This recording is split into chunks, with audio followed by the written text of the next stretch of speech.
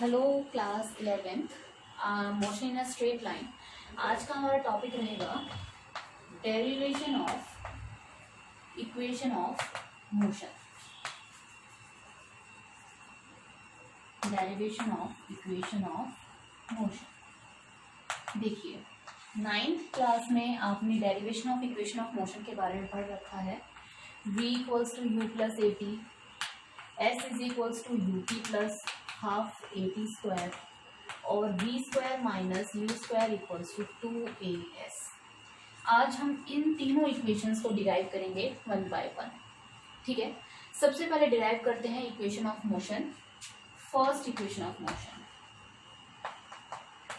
First equation of motion. Okay, मैंने मेरी previous videos में आपको बताया है acceleration a is equals to delta v by delta t। इस टाइम जो ये एक्सेलरेशन है ये आपका एवरेज एक्सेलरेशन है ना। इस एवरेज एक्सेलरेशन के दौरान जो टाइम होता है, time is very large. But अगर किसी टाइम इंस्टेंट पे पूछ लिया जाए, जब टाइम इंटरवल बहुत ज़्यादा छोटा हो, यानी कि a is equal to delta v by delta T, but delta t tends to 0 बहुत छोटा हो, तो delta v is changes into dv and delta t change into dt। इस टाइम जो एक्सेलरेशन आएगा इसे कहते हैं हम instantaneous acceleration. Instantaneous acceleration when time is very small. यहाँ तक तो आप लोगों को क्लियर हुआ। मैंने अपने प्रीवियस वीडियोस में बहुत अच्छे से एक्सप्लेन किया है। This is your average acceleration and it is your instantaneous acceleration. तो acceleration is equals to dv by dt when time interval is very small. तो हमें इक्वेशन ऑफ मोशन निकालनी है। First v equals to u plus A t. याद रखना इन तीनों equations के अंदर ये तीनों इक्वेशन अप्लाई आपकी तभी होंगी जब एक्सेलरेशन कैसा होगा, कांस्टेंट। अगर एक्सेलरेशन कांस्टेंट नहीं है तो ये अप्लाई नहीं होगी। ठीक है, तो इसके लिए कंडीशन क्या है, एक्सेलरेशन आपका कैसा होना चाहिए, कांस्टेंट टाइप का होना चाहिए। अब देखिए कैसे करेंगे इसका फर्स्ट इक्वेशन को। a is equals to dv by dt। ठीक है, this is your instantaneous acceleration. तो यहाँ से dv की वैल्यू क्या आ जाएगी, a dt। Integrate both side. ठीक है, वेलोसिटी की यहाँ भी लिमिट लगाएंगे हम, यहाँ भी और यहाँ भी। यहाँ इंटीग्रेशन किसके ऊपर हो रहा है, वेलोसिटी पे। यहाँ इंटीग्रेशन किस पे हो रहा है, टाइम पे। तो जिसके ऊपर इंटीग्रेशन होता है लिमिट उसकी ही लगती है। तो वेलोसिटी की इनिशियल लिमिट क्या होगी, u, जब टाइम क्या है 0। जब टाइम t होगा तो वेलोसिटी क्या होगी, v। dx का इंटीग्रेशन क्या होता है, x, है ना। dx का इंटीग्रेशन क्या होता है, x। तो dv का इंटीग्रेशन क्या होगा, v। लिमिट क्या लेंगी, ये। एक्सेलरेशन मैंने क्या बताया, एक्सेलरेशन कैसा है, कांस्टेंट। अगर एक्सेलरेशन कांस्टेंट है तो कांस्टेंट इंटीग्रेशन से क्या जाती है, बाहर। एक्सेलरेशन क्या निकाल लो, बाहर। इंटीग्रेशन किसका होगा, dt का। तो v u v a, dt का integration t, limit 0 to t। Final limit minus initial limit. एक बार v में v पुट कर दो, एक बार u पुट कर दो, तो v माइनस u। ठीक है, v minus u equals to a, और एक बार पुट कर दो t, और एक बार क्या पुट कर दो t की जगह 0। तो क्या आ गया यहाँ से, v minus u equals to a t। अब यहाँ से आप क्या लिख सकते हैं, v इक्वल्स टू, ये इधर माइनस है तो प्लस आ जाएगा, v equals to u plus A t. This is your first equation of motion. बार बार कह रही हूँ, फर्स्ट इक्वेशन ऑफ मोशन कब है, when acceleration is constant. When acceleration is constant. अगर आपसे किसी ने पूछ लिया कि एक्सेलरेशन कांस्टेंट नहीं है, बताइए इक्वेशन ऑफ मोशन क्या होगी, तो आप क्या ये लिखेंगे, नहीं, ये कभी भी नहीं होगी। तब होगी जब आपका एक्सेलरेशन क्या होगा, कांस्टेंट। नोट कर लीजिए वीडियो को पॉज करके। ठीक है, अब करते हैं second equation of motion.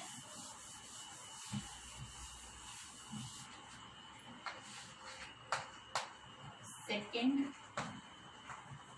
Equation of motion. Okay, क्या है आपकी second equation? s is equal to U T plus half A T square, ये है। Okay, tell me what is velocity? Velocity क्या होता है? Rate of change of displacement. आप ऐसे लिखते हैं delta S by delta T. ये तब है, ये आपका एवरेज वेलोसिटी है। इंस्टेंटेनियस लिखेंगे तो v बन जाएगी आपकी D S by D T. Clear है? तो यहाँ से ds की वैल्यू क्या आ जाएगी? ds is equals to v dt। दोनों साइड इंटीग्रेशन कर दीजिए। इस पे इंटीग्रेशन टाइम पे हो रहा है, यहाँ इंटीग्रेशन डिस्प्लेसमेंट पे हो रहा है। तो जिस पे इंटीग्रेशन होगा लिमिट उसी की लगेगी। तो टाइम 0 पे डिस्प्लेसमेंट 0, टाइम t पे डिस्प्लेसमेंट मान लीजिए s। यहाँ पर v है और v की वैल्यू क्या है? u प्लस ए टी निकाल चुके हैं। इस v की वैल्यू को यहाँ पुट कर दीजिए। तो ds 0 to s u plus A T into D T limit 0 to t। यहाँ देखिए इंटीग्रेशन ds पे हो रहा है तो इंटीग्रेशन की वैल्यू क्या आएगी? s 0 to s equals to, अब प्लस है ना, अलजेब्रिक फंक्शन है तो dt इसके साथ भी है, dt इसके साथ भी है। तो क्या लिखेंगे? u dt plus A T D T limit 0 to t और लिमिट 0 टू t। ठीक है, ओके। यहाँ से इंटीग्रेशन dt पे हो रहा है ना, t पे हो रहा है ना, तो लिमिट भी t की है। तो इसमें क्या लिखेंगे? Final limit minus initial limit. एक बार s में क्या पुट कर दीजिए s, एक में क्या पुट कर दीजिए 0, s माइनस 0, u बाहर आ जाएगा। dt का इंटीग्रेशन क्या बचेगा? t limit 0 to t। Acceleration क्या है? कांस्टेंट, कांस्टेंट क्वांटिटी इंटीग्रेशन से बाहर, plus A T D T 0 to t। Okay, यहाँ देखिए t की पावर कितनी है? 1। फॉर्मूला क्या होता है इंटीग्रेशन का? x की पावर n dx। तो x की power n plus 1 upon n plus 1। यहाँ पावर कितनी है? 1। तो 1 प्लस 1 अपॉन 1 प्लस 1 तो कितना हो जाएगा? t square upon 2। तो s is equals to u final limit minus initial limit u t plus a क्या होगा इसका? t square by 2 0 to t। s is equals to u t plus a by 2, एक बार put कर दीजिए t square minus 0। तो क्या हो गया? s is equals to U T plus half A T square. This is your second equation of motion. Clear है यहाँ तक? और ये भी कब एप्लीकेबल है? ये भी तब एप्लीकेबल है जब आपका एक्सेलरेशन कैसा होगा? कांस्टेंट होगा। क्लियर है? नोट डाउन कर लीजिए इसको। अब करेंगे थर्ड इक्वेशन ऑफ मोशन। कर लिया नोट?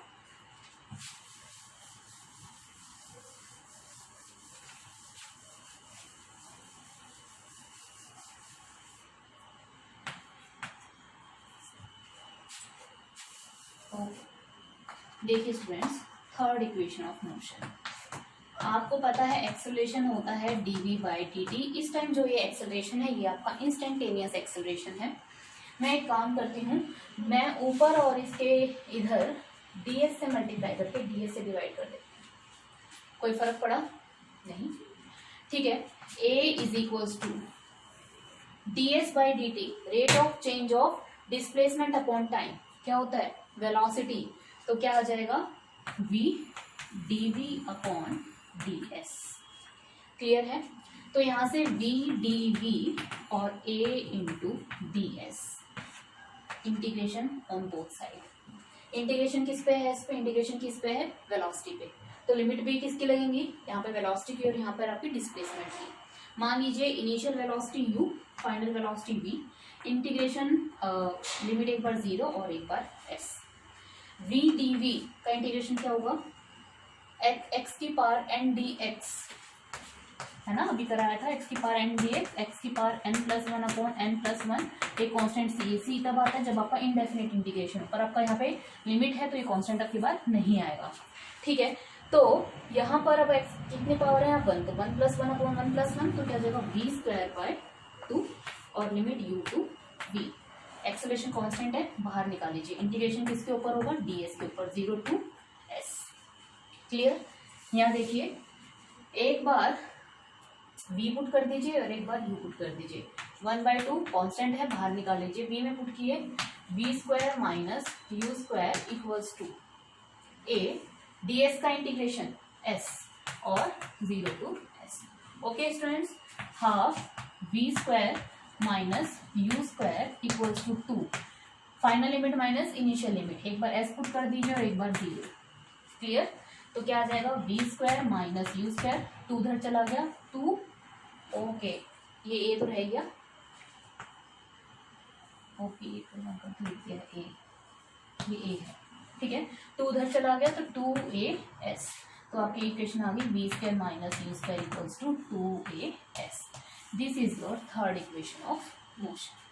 ठीक है, नोट कीजिए इसको। एक इंपॉर्टेंट बात और बताती हूँ आपको, वीडियो को पॉज करके नोट कीजिए, ठीक है।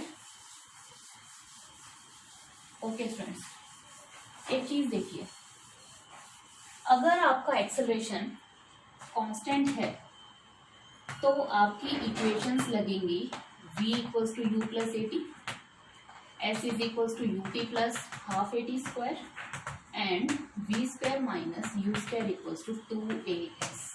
कब है ये? जब एक्सेलरेशन क्या होगा? कांस्टेंट। अगर आपका एक्सेलरेशन कांस्टेंट नहीं है तो आपकी इक्वेशन ऑफ मोशन क्या होंगी? When acceleration is not constant. तो याद रखना, आपकी इक्वेशन ऑफ मोशन होंगी velocity v delta s by delta t, या कहो v equals to ds by dt, a equals to delta v by delta t, या फिर dv बाय dt। क्लियर है? और एक हमने पहले निकाला है a is equals to v dv upon dx। ये आपकी इक्वेशन ऑफ मोशन तब होंगी जब आपका एक्सेलरेशन कांस्टेंट नहीं होगा, और जब आपका एक्सेलरेशन कांस्टेंट होगा तो ये आपकी first, second and third equation of motion. ठीक है, होप सो आपको ये टॉपिक समझ में आया होगा। अगर आपको इसमें कुछ डाउट है तो आप मुझे कमेंट बॉक्स में पूछ सकते हैं। Okay students, thank you.